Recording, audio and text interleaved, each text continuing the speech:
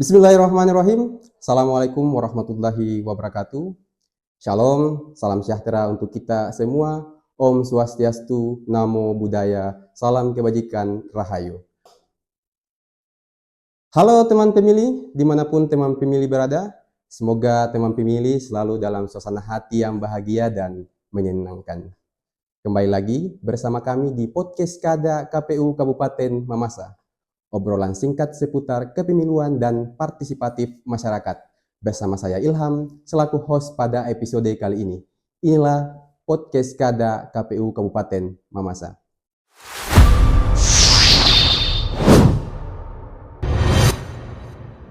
Baik teman-teman pemilih sekalian, di episode kali ini kita kedatangan narasumber yang sangat istimewa, Ibu Ani.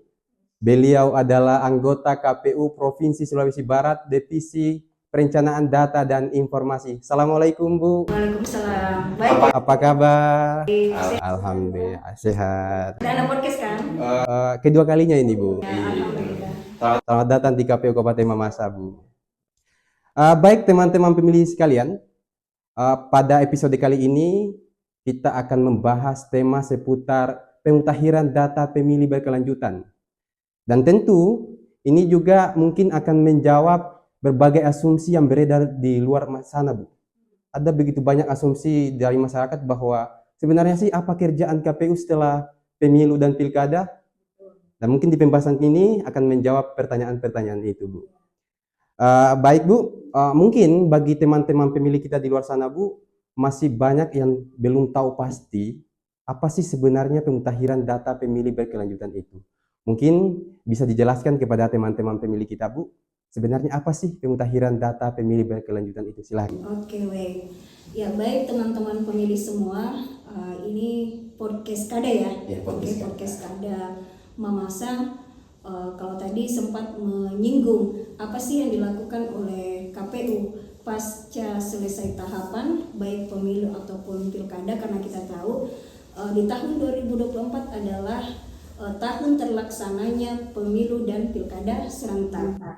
Nah, karena tidak adanya tahapan, KPU kita bekerja nih, meskipun tidak ada tahapan, apa yang dilakukan adalah ada program nasional yang namanya PDPB. PDPB. Ya, pemutakhiran daftar pemilih berkelanjutan. Nah, pemutakhiran daftar pemilih berkelanjutan ini harus dilakukan karena perintah undang-undang itu termaktub tercantum dalam Undang-Undang Nomor 7 Tahun 2017.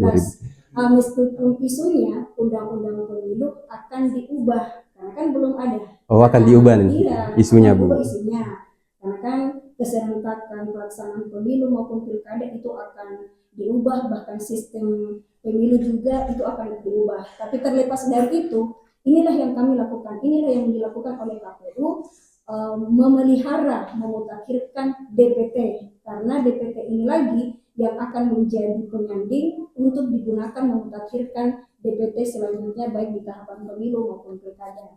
Gitu. Karena ini perintah Undang-Undang 7 tahun 2017. Tahun 2017. Baik, Bu. Mengapa pemutakhiran data pemilih berkelanjutan itu selalu dilakukan di luar tahapan pemilu? Karena memang begitu di undang-undang. Jadi sesuai dengan undang-undang. Bukan lagi berkelanjutan kalau diatur dalam tahapan. Karena kalau yang diatur dalam tahapan kan namanya daftar pemilih tetap. Data pemilih tetap. Menjadi daftar pemilih. Nah, karena berkelanjutan berarti dilakukan di luar tahapan. Karena dia berkelanjutan, ada kesinambungan untuk tanggung jawab kita memelihara itu data. Memeliharanya seperti apa? Supaya dia tetap akurat, dia komprehensif, dia tetap terkini. Apa yang terkini misalnya? Karena kan pemilih ini kan fluktuatif sifatnya, dalam artian ada yang statusnya MS memenuhi syarat, kemudian ada yang berubah menjadi TMS. Nah, misalnya meninggal dunia, pindah domisili, kemudian terbaca ganda dan seterusnya. Ini kemudian kita harus mutakhirkan agar potensi status yang dari MS itu bisa kita mutakhirkan menjadi TMS. Begitupun sebaliknya dimutakhirkan dari statusnya TMS menjadi MS atau syarat. Misalnya yang dari TMS menjadi MS ini kan yang pensiun TNI Polri. Ya, itu kan pensiun TNI Polri Yang awalnya dia TMS kan dari Polri dengan TNI kan tidak bisa menjadi pemilih. Betul, betul, Bu. Ya, dia kan statusnya TMS pada saat itu. Nah, setelah masuk pensiun berarti dia harus dimutakhirkan menjadi Memenuhi PNS syarat atau memenuhi syarat. Baik, Bu. Kalau boleh tahu nih, Bu, sejak kapan sih KPU menerapkan mekanisme pemutakhiran data secara berkelanjutan?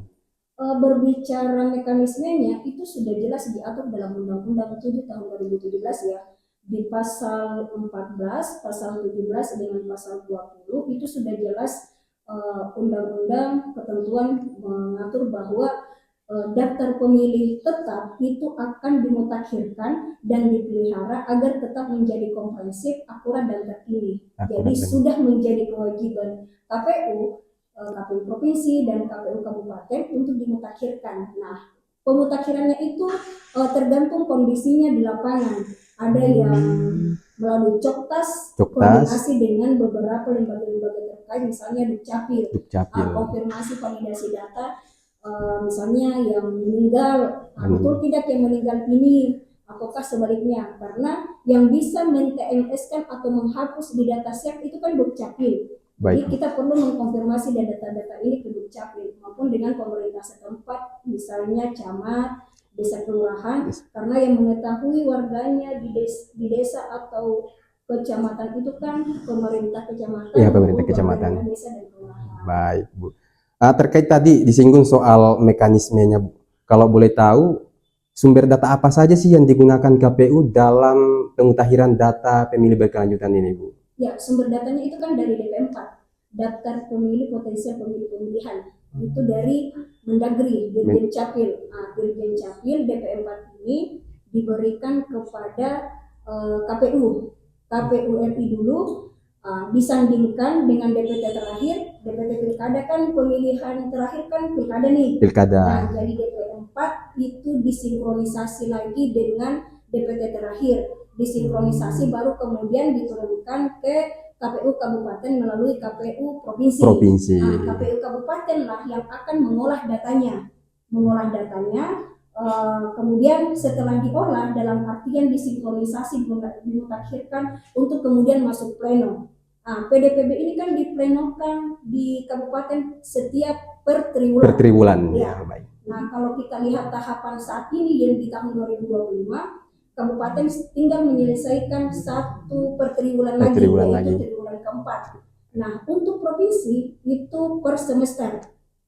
Nah, nanti rencananya per semester, begitupun kabupaten di Desember juga, provinsi juga tinggal menyelesaikan yang semester keduanya. Jadi provinsi menunggu hasil dari kabupaten. Tentu, ya. Kan tugas provinsi tinggal merekap saja. Baik. Bu, tadi sempat disinggung soal ada warga yang meninggal, pindah domisili. Bagaimana sih KPU mengolah data perubahan seperti pindah domisili, meninggal, dan pemilih baru? Ya, dalam hal langsung eksekusi ya, karena kita bahasa eksekusi, kalau teknis mengerjakan data, olah datanya itu kita tidak ujuk-ujuk langsung men-TMS-kan nih. Karena kan di-TMS-kan di Sidalih. Nah, dalam rangka men-TMS-kan, kita harus disertakan dengan dokumen autentik. Dokumen otentik ini seperti misalnya meninggal dunia karena dapat informasi, misalnya si A, si Kacok, si Cici atau siapa ke bahasa kampungnya kalau orang sini. Itu kan laporan itu tidak kemudian diterima untuk kemudian kita TMS-kan, tidak. Dia harus disertakan dulu dengan akte kematian. Akte kematian. Tapi akte kematian itu kan langsung terbitnya di Dukcapil. Nah, biasanya itu butuh prosedur lama ketika menunggu lagi Dukcapil. Nah, cukup dengan surat pernyataan dari keluarga yang bersangkutan. Misalnya si anaknya kah, si suaminya kah, atau si istrinya kah yang memberikan pernyataan bahwa yang bersangkutan telah meninggal. Seperti itu. Jadi tadi sempat disinggung beberapa kali Dukcapil, Bu. Saya penasaran sebenarnya ini. Bagaimana sih sebenarnya hubungan kerja antara KPU dan Dukcapil dalam proses pemutakhiran data pemilih berkelanjutan ini? Ya, betul. Untuk hubungannya sangat dekat ya, karena memang kita sangat bersinggungan berbicara kelembagaan yang sifatnya stakeholder yang sangat berkepentingan dalam hal pemutakhiran daftar pemilih, kita memang bekerja sama dengan Dukcapil. Tapi untuk komitmen alur data itu sekarang sistemnya satu pintu. Satu pintunya melalui di mana? Itu melalui Dirjen Capil RI kan? Kita tidak menerima lagi data dari Dukcapil Kabupaten. Itu melalui Kementerian Dirjen Capil, datanya diturunkan ke KPU RI. Jadi langsung dari pusat? Ya, langsung dari pusat. Begitupun kalau kabupaten, misalnya Dukcapil Kabupaten, dia tidak bisa juga mengirimkan data ke kita. Misalnya by name by address. Tidak bisa. Begitupun kita kabupaten, KPU kabupaten tidak bisa memberikan by name by address ke Dukcapil. Karena kan sekarang satu pintu, sistemnya satu pintu. Satu pintunya itu Kementerian Dirjen Capil menurunkan data DP4 namanya daftar penduduk potensial pemilih pemilihan, diturunkan ke KPU RI. KPU RI olah menjadi disinkronisasi, baru kemudian diturunkan ke KPU kabupaten untuk dimutakhirkan lebih lanjut. Oh, seperti itu, Bu. Iya. Apakah partai politik juga dilibatkan dalam pemberian masukan data, Bu? Oh, tentu. Kenapa? Karena kita butuh masukan dan informasinya pada saat PDPB per triwulan ini ditetapkan. Kan mereka juga dilibatkan pada saat pleno dihadirkan. Ya, Bahkan pada saat rapat koordinasi, kenapa ini penting? Ini dalam rangka kita sama-sama punya tanggung jawab memelihara agar data kita tetap akurat, DPT kita tetap akurat dan informasinya terkini dan komprehensif. Baik, Bu. Tentu dalam pelaksanaan pemutakhiran data pemilih ini ada saja hambatan dan tantangan. Masalah apa yang paling sering muncul selama pemutakhiran data pemilih berkelanjutan ini dilakukan, Bu? Oh betul, banyak juga ya dinamikanya ya. Misalnya seperti ini, yang meninggal, dia kan meninggal. Iya, meninggal. Tapi ternyata karena meninggalnya ini, si suami misalnya, dia laporkan istrinya meninggal. Ya. Si suami dia laporkan istrinya meninggal itu karena mau menikah lagi. Kan ya karena kan satu kakak dengan istri yang satunya kan. Supaya bisa menikah lagi berarti dia harus punya kakak yang lain. Kakak yang barunya ini tidak ada lagi istri yang satunya. Jadi dilaporkan meninggal. Setelah di cross check, si istri yang ternyata mengetahui, kenapa data saya ini dilaporkan meninggal, marah-marah lah misalnya ke kantor desa kelurahan, Pak kenapa saya begini? Kami tidak tahu, Bu, karena suami ibu melaporkan ibu ini sudah meninggal. Itu contoh case ya. Case yang berikutnya adalah supaya bantuan sosial itu tidak dicabut, maka yang bersangkutan ini tidak dilapor bahwa meninggal. Karena kalau dilapor meninggal, bantuan itu kan diputus. Ya, begitu. Jadi banyak kasus seperti itu. Kebanyakan untuk akhir-akhir ini ya, masuk tahun 2025, artinya lepas tahapan pemilu dan pilkada, case-nya seperti itu. Case-nya tidak melaporkan bahwa atau tidak mengurus akte kematian karena tidak ingin bantuan sosialnya diputus. Gitu. Ini juga, Bu, yang sering muncul jadi masalah soal data ganda atau pemilih tidak dikenal. Masih sering muncul, Bu. Betul, masih ada. Terkait data ganda, banyak nih case juga. Mereka pindah dari satu kampung ke kampung yang lain atau kabupaten ke kabupaten yang lain, tidak konfirmasi ke pemerintah desa, kelurahan atau kecamatan yang bersangkutan, tidak melapor. Otomatis ketika ini kan terbaca ganda antar ketika didapati di lapangan ya. Didapati di lapangan, ini ada A. Dalam pelaksanaan pemutakhiran data pemilih berkelanjutan ini, Bu, tentu peran masyarakat juga sangat dibutuhkan. Betul. Bagaimana masyarakat dapat berperan aktif dalam pelaksanaan pemutakhiran data pemilih ini, Bu? Ya, supaya masyarakat bisa berperan aktif itu KPU juga harus rajin sosialisasi nih, publikasi. Kenapa?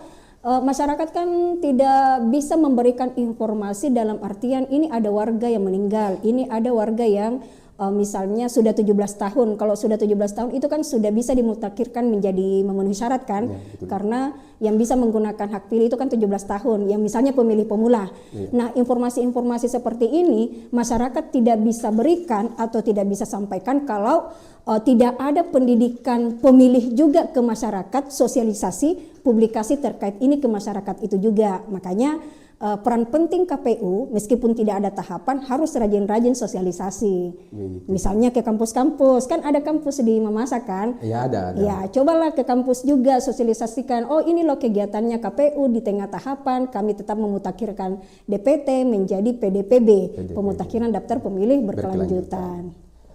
Baik Bu, tadi juga kan sempat disinggung soal masalah warga yang datanya kadang muncul padahal sudah tidak ada, sudah meninggal. Ini kebalikannya Bu, ada warga yang tidak muncul pada saat di daftar pemilih itu sendiri. Bagaimana kira-kira warga menyelesaikan itu? Harus kemana? Ada juga case seperti itu ya, tapi kita harus telusuri dulu riwayatnya. Kenapa tidak muncul? Karena basis data itu kan ada di Dukcapil, ada riwayat NIK-nya di Capil. Nah, kalau ada riwayat NIK-nya di Capil, berarti kita harus tahu, oh di sini mereka asal mulanya dia tinggal, dia menetap atau domisili. Tapi kalau tidak ada, berarti pernah terlapor bahwa bahwa ini yang bersangkutan sudah tidak berlaku lagi administrasi kependudukannya. Ada mungkin yang sampaikan terlapor sudah tidak aktif atau dihapus atau ditangguhkan sehingga dihapus di SIAK. Di SIAK.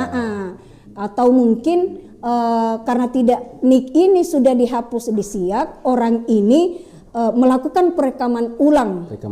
Melakukan perekaman ulang sehingga muncul NIK yang baru. Biasanya seperti itu. Makanya Dukcapil juga harus hati-hati dalam hal menghapus data di SIAK-nya, karena kan kita berpatokan ke Dukcapil sumber datanya. Kita dikasih akses SIAK namanya, akses untuk mengetik di mana posisi NIK-nya terdaftar, awalnya terdaftar. Itu khusus untuk KPU Bu? Iya, dikasih akses SIAK namanya ke KPU. Jadi yang bisa membuka akses SIAK yang punyanya ini kan SIAK-nya ini kan administrasi aplikasinya Dukcapil.